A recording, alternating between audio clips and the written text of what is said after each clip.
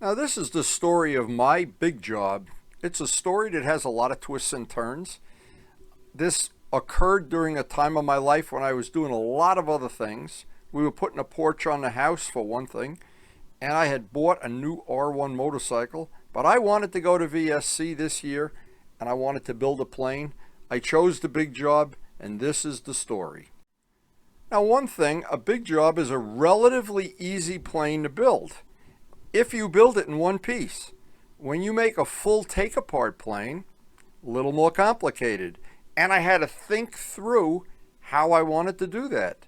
And it got a little complicated. I had built other planes with similar technology, but this one had to fit in a box and get shipped to Arizona on an airplane. This would be the first time I ever had to do that. Now, luckily, it's an easy plane to build. All the ribs are the same. So you make one plywood template and cut ribs. And I had a good supply of sea grain balsa. We had gotten back recently from Lone Star, where we actually picked out our own balsa wood, and thank you, Riley Wooten. And jigging up the wing, again, relatively easy. Anybody that's a modeler will know. Now, I was so happy that all through the process, I shot some video, of course, and that video is somewhere out on a channel that, not the one you're looking at now, but on one of the airplane channels. And this, even more important, I enjoy the fact that I can look back at these pictures, because every one of these pictures brings back a really great memory for me. This was a time of my life, there was a lot of things going on at this time. It's just hard to imagine looking back now, but building a big job was so much fun. A lot of my friends contributed technology, parts, motors, etc., etc., and building up the wing, a relatively simple jig to build the panels. But because it's a take-apart plane, the panels, have to have a way of attaching them. And again, because I had done this before, relatively straightforward, similar to other planes that I had built. But this one, I needed to make it super, super light. And I know in any old-time stunt plane, keeping it light is part of getting some good performance. A part of the process and the plan to keep the airplane light, I wanted to make as many component parts as light as possible. The landing gear, which on a traditional plane would have been aluminum, I wanted to make a carbon fiber gear. I made a typical mold, and this is the kind of thing, since I had made a lot of carbon fiber landing gear in my illustrious career of flying, making this one was relatively easy. I wanted to make sure the weight was significantly less than an aluminum one. And again, every step of this airplane I planned out in my mind, and I'm so glad I took these pictures, and I'm happy to share them. I hope somebody enjoys this presentation anyway. And this landing gear, I remember when I was all done and pulling it off the plug and thinking to myself, this will be really nice, and maybe I'll make a spare one, or see if I can make 2 or 3 of them, or what, just to make, if somebody else is making a big job, I'd have the mold and I'd have a spare part, something I usually did. But every step of this, I wanted to keep the plane as light as possible. That was job one. And I know I could have simplified a lot of things on this, and like the carbon fiber gas tank I made really was over the top, but I really wanted to keep the plane light. Now, when it came to the motors, Richard Oliver was one of my confidants, I guess, in setting up a motor, and we set up a Rojet 76. This was certainly overkill on the motor, but I know other people were using bigger motors than what was called for in the plans, and I thought I had the motor anyway, and let's be honest, it never hurts to have too much power. Well, hopefully. And when I made the crutch, of course, making the crutch was a significant part of keeping a plane not only light, but that it didn't have a vibration problem. One of the things that helps this design a lot is the fact that it's a short nose moment arm. The aluminum pads, which I was selling at the time, and these will help a whole lot keeping the alignment of the motor, as well as cutting down the vibration. It gives a bigger footprint, and I think over the years pretty much everybody has started using them. That was originally an idea that was taught to me by Big Jim Greenaway, and thank you, Big Jim.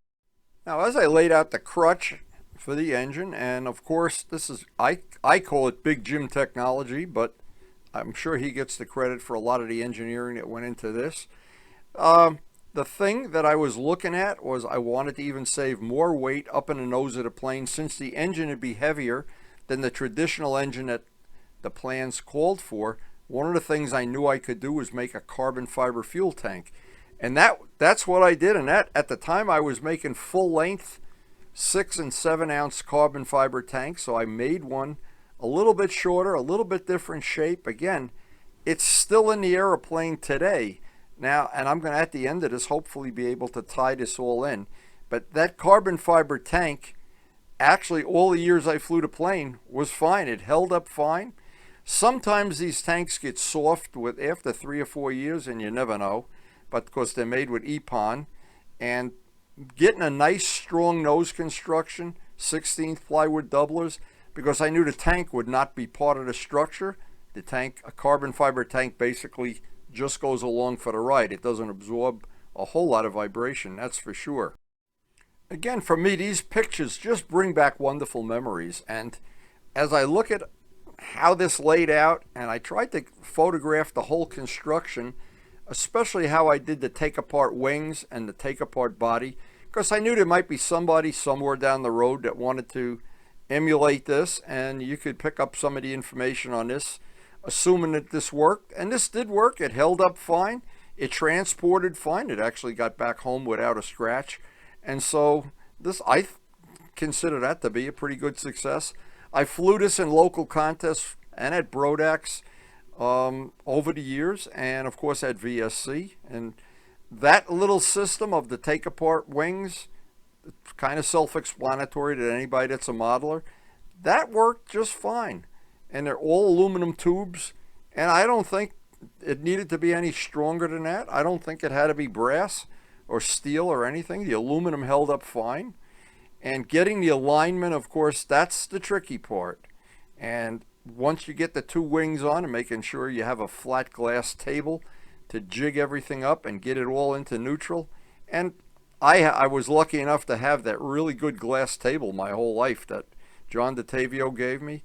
And putting this together with the take apart wings, this took a lot of time.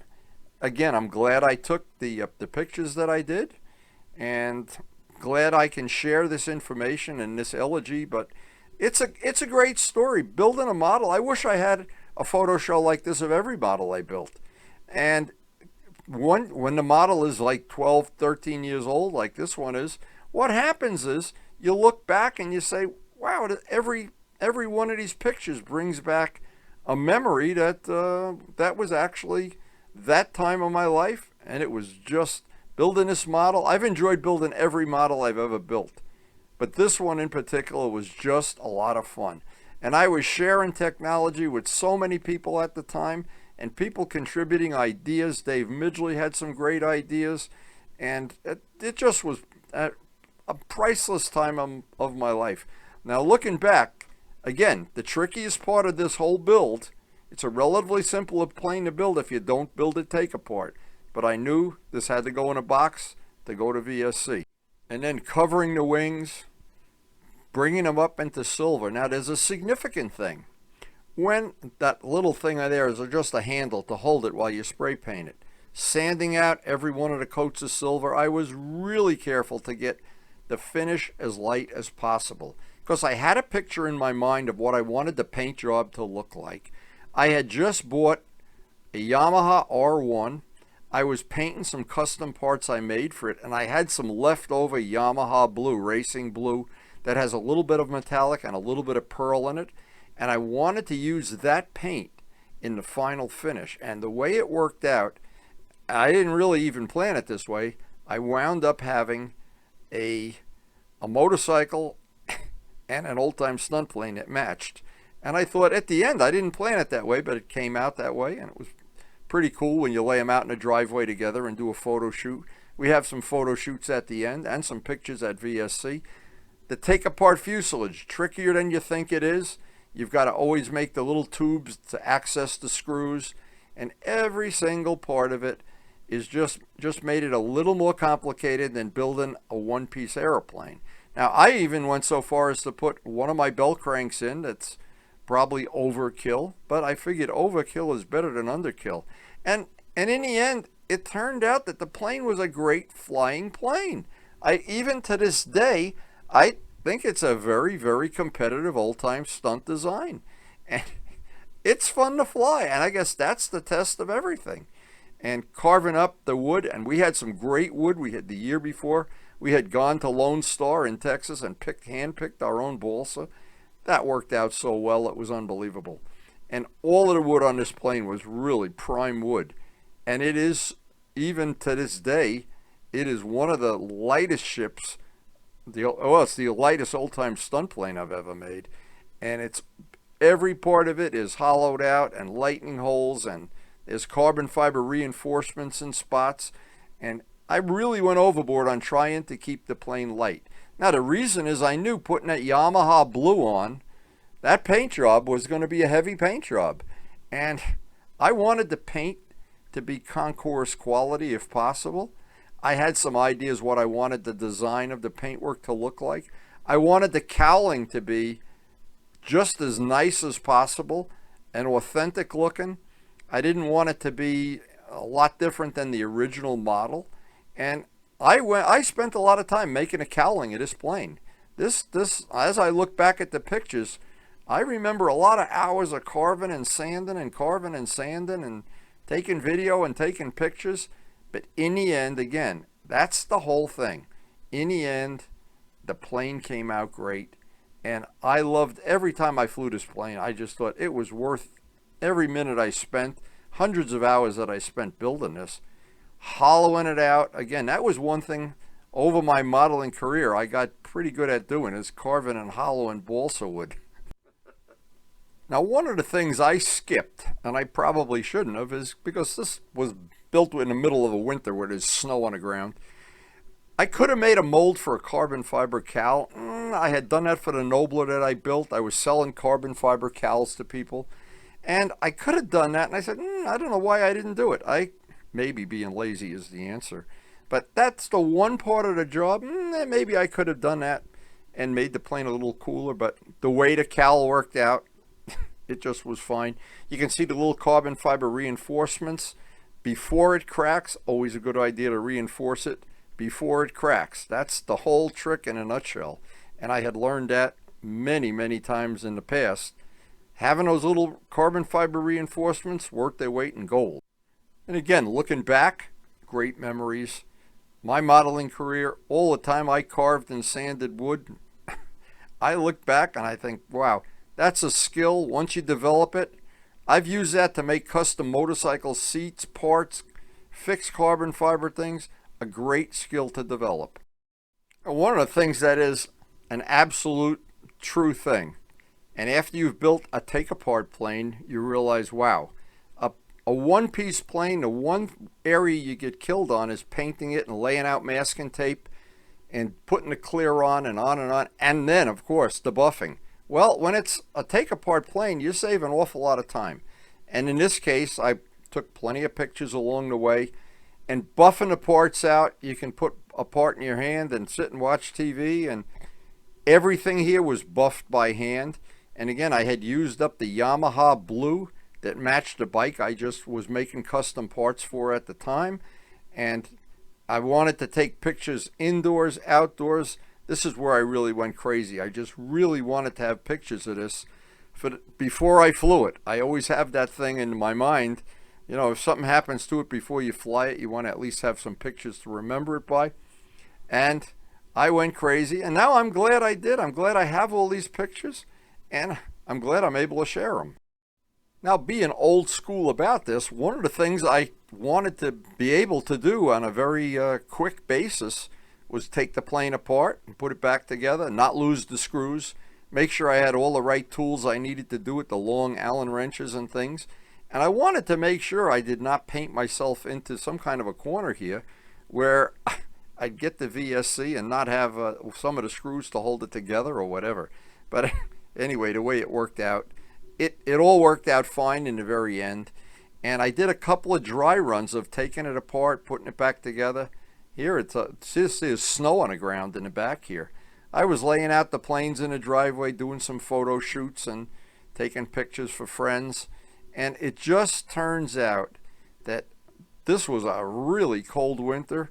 And when I look back at some of the things of this winter, we had one of those big giant storms where you spend the whole day in the house drinking coffee and then shoveling.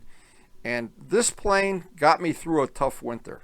Now, all my dry runs would be nothing if I didn't have the right way of transporting the plane, or if I get there and it was a bunch of broken eggs. So I remember Rich Jacobone donated this box, but I don't remember what it was supposed to have, guns or something in it. But it wound up making an excellent transport box. And I remember all the while I was buffing parts out and all of the things I did, there's a memory attached to almost every one of these photos.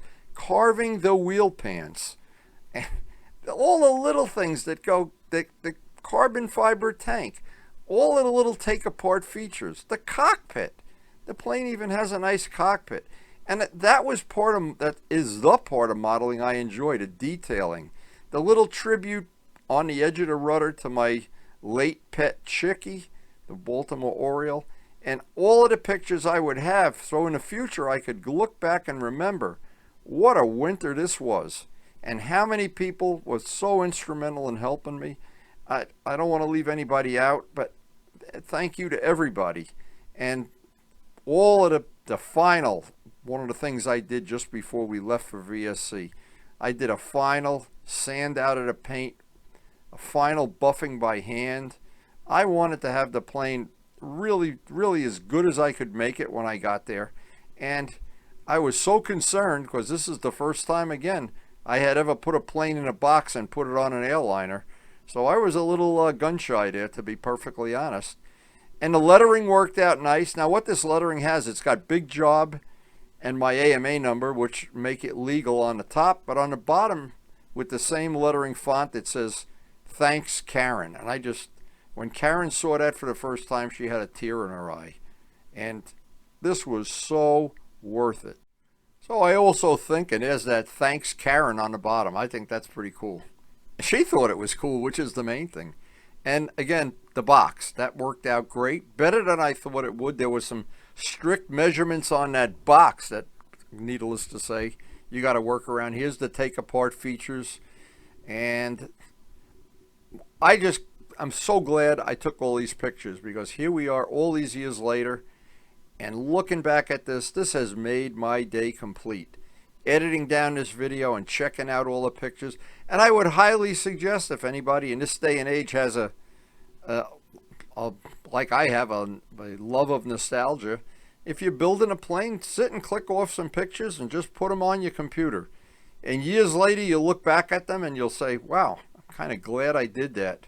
And actually, Karen is glad I took these pictures too. Thanks, Karen. That was one of the key features of the model. And of course I took plenty of pictures, always taking pictures of Karen every chance I get. And this model, more than anyone, when I look back at it and I think the amount of hours I spent and the amount of effort I put into it and the joy I got out of it when it was done, and flying it, the local flights I had with it, and at Brodak, and of course at VSC, and at the Nats, actually, it was great. And what was great, the year I got to the Nationals and Frank McMillan had his big job, I had my big job, and we had a great meet, a great competition. And I put the two of them together and I just shot off 1,000 pictures. I thought this might be a moment I'd want to look back at many years later, and it is.